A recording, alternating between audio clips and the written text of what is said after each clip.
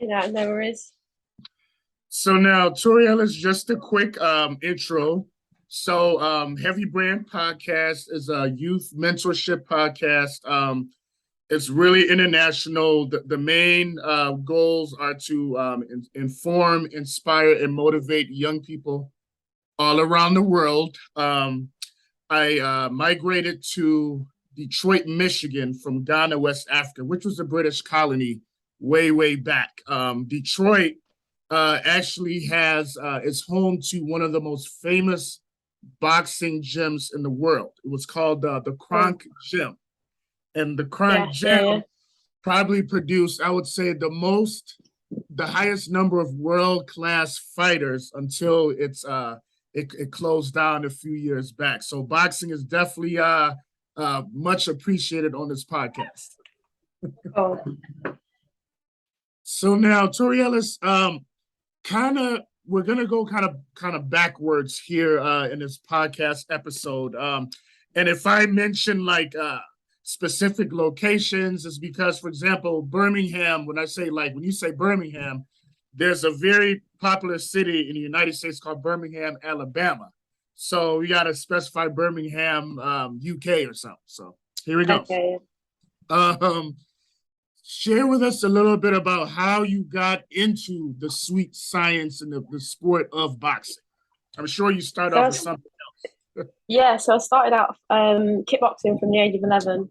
I did kickboxing until 18, representing Great Britain at the highest level, winning 3 golds at the Worlds, English titles, British titles. And I've always had this inspiration of going to the Olympics. So because kickboxing is not an Olympic sport, I transitioned across to boxing from the age of 18 once I've got completed everything in kickboxing. And then I thought I'd see how far I can get within the boxing scene pretty much. And it just kick-started from there. I trained in Birmingham at Eastside Boxing Gym. And then I joined the British Army where I got selected to represent the British Army full time on the Army boxing team.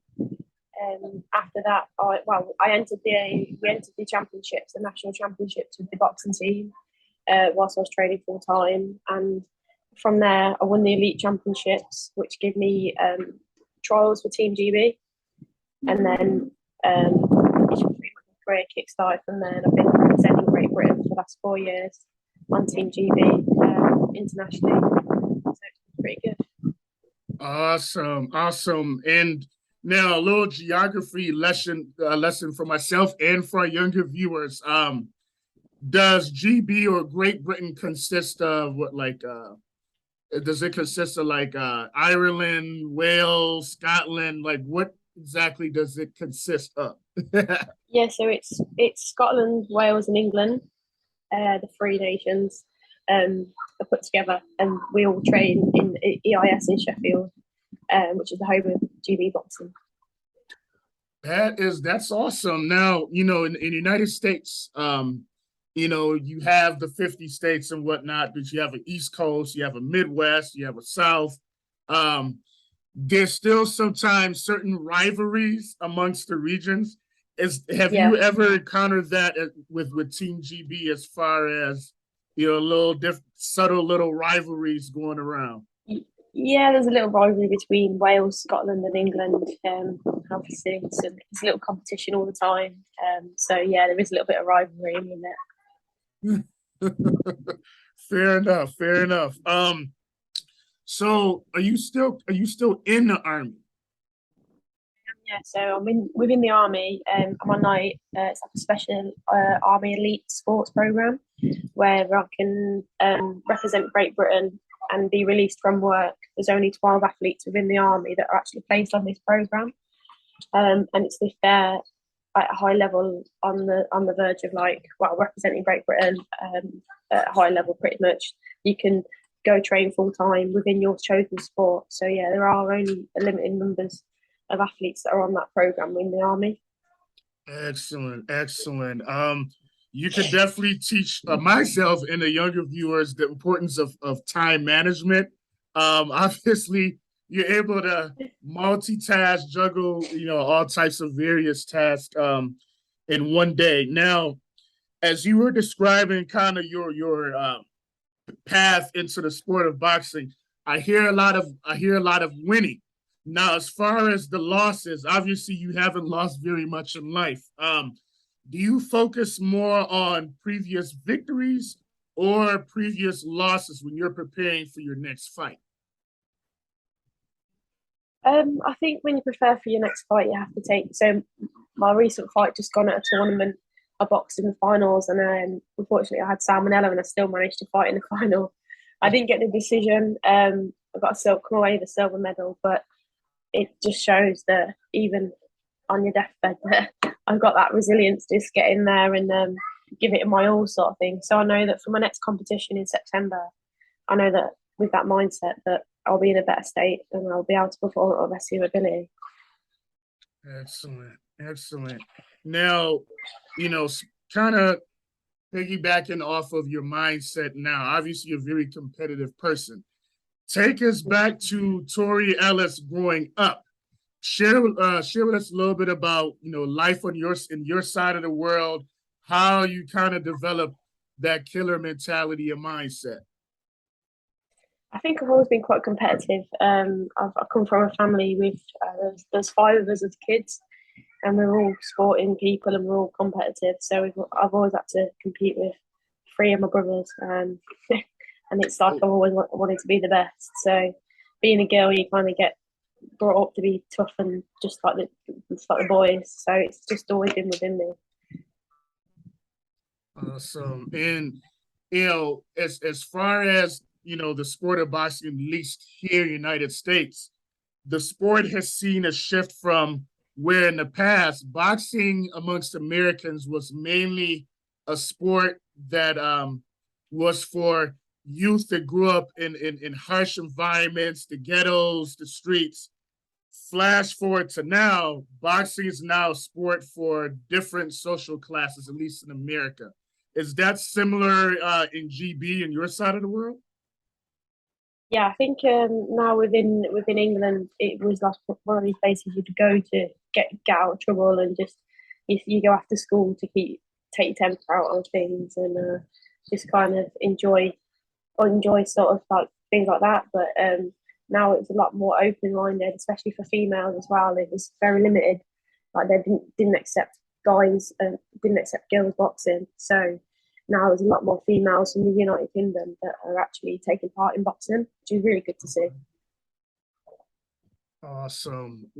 Glad to see, obviously the sport has become more international over the years, covering more, wider variety of social classes. Now, amongst people of color in the United States, especially younger African Americans, there was talk that sports like boxing and baseball are not as prevalent, at least in African American neighborhoods, as it once was, like in the 70s, 80s, and 90s. And a big reason why is the cost. Obviously, the cost of buying your boxing gloves, paying for training. That kind of was similar with baseball, where you had to pay for the baseball gloves, the mitts.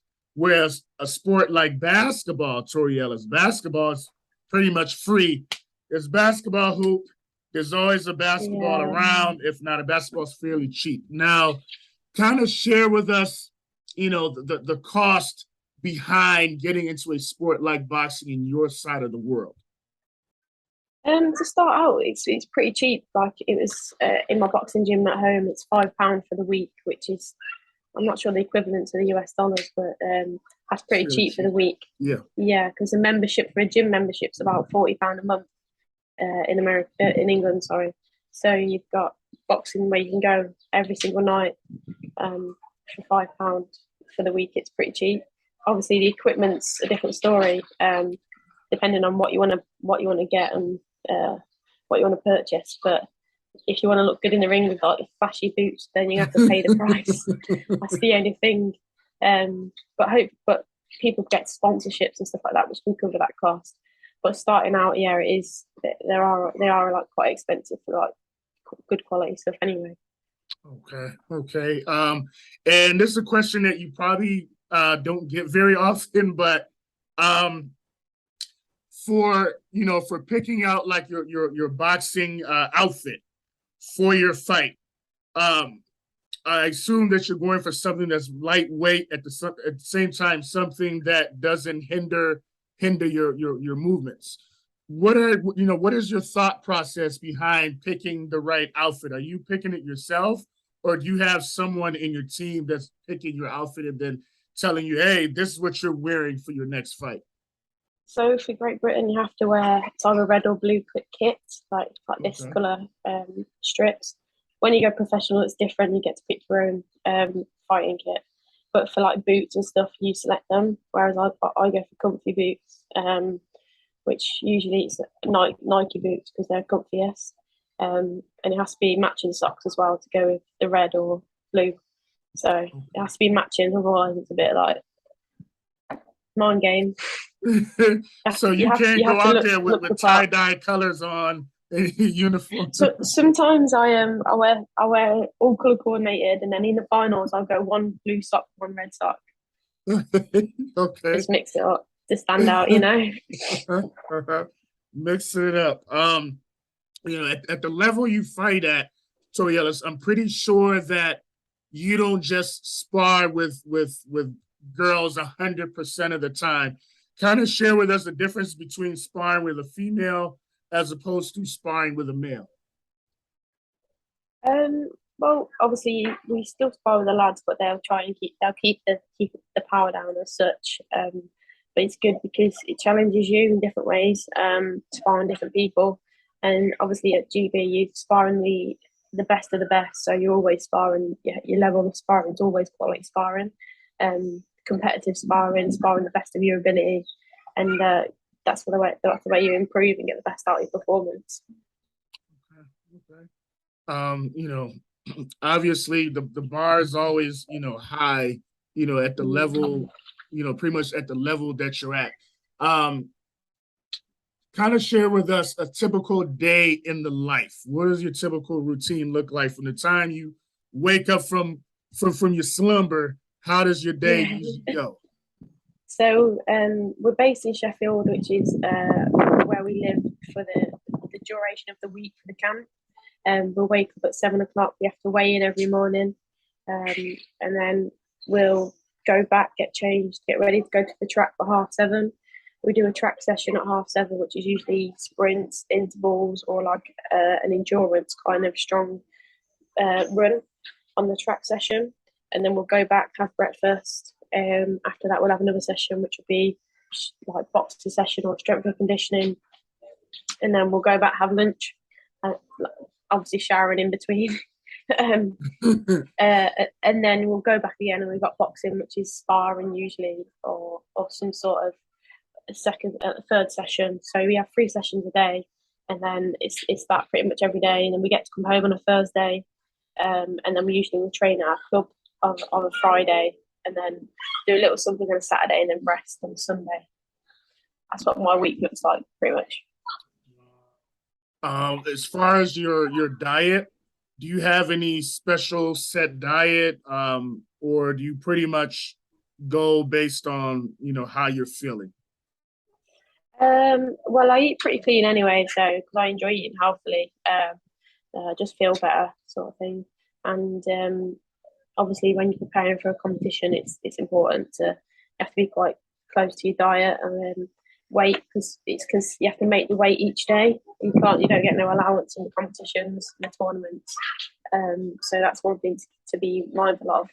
And then other weekends, say on Saturday, I'll have a little treat and a little go to, which gives you the balance then. Okay.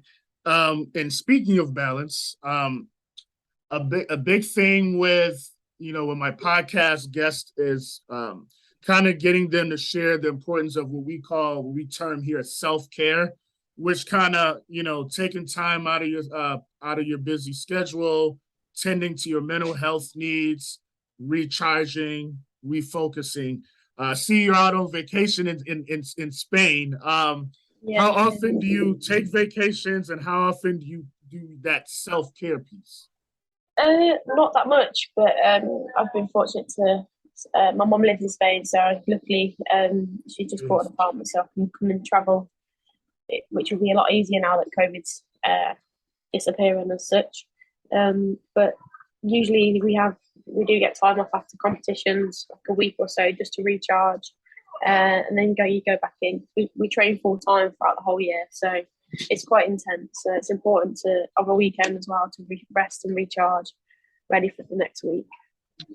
Okay, and for our listeners and viewers that obviously have never been to any side of the world other than their own little bubble, what are some of the most notable differences between the UK and Spain, as far as like the people, the culture, and the weather?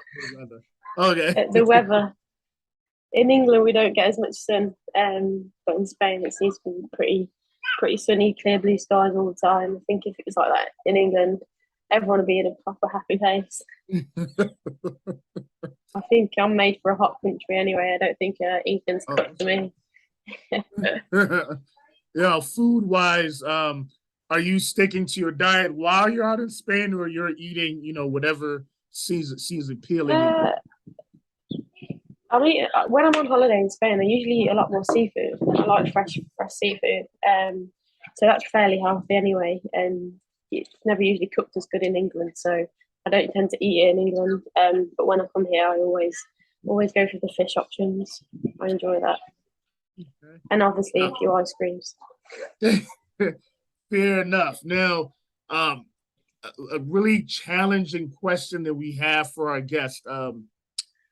We usually go with either a book or a movie. So here we go. Torie-Ellis, if you were coming up with a book about your life story so far, obviously you're a soldier, sure, obviously you've been a student athlete before, you're doing your thing in the boxing ring. If you were coming up with a book about your life story, what would the title be and why?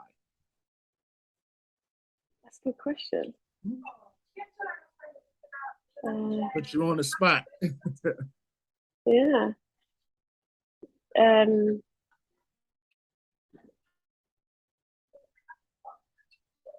don't know. the life as a British elite athlete. Okay, life for British elite athlete. Okay, that's fair enough. And obviously, your story is still being written. You're still, obviously working towards your goals. And last but not least, Torie-Ellis, final question. If you were, coming up with just three to five items to work on for an amateur female fighter, what would those be? To always keep working hard, no matter what. Live the life. If you want to live the life of an athlete, you have to live the journey throughout the whole sort of time. Maintain that focus with everything what you do, and obviously when you have setbacks, just keep going, because you got to be resilient within it. You'll get knocked back and have to get back up, but it's how long you keep going for. Beautiful. Torie-Ellis, continued success, continued blessings. Looking forward to the remainder of 2022 as well as 2023. Thank you so much for your time. Thank you for your time as well. Bless.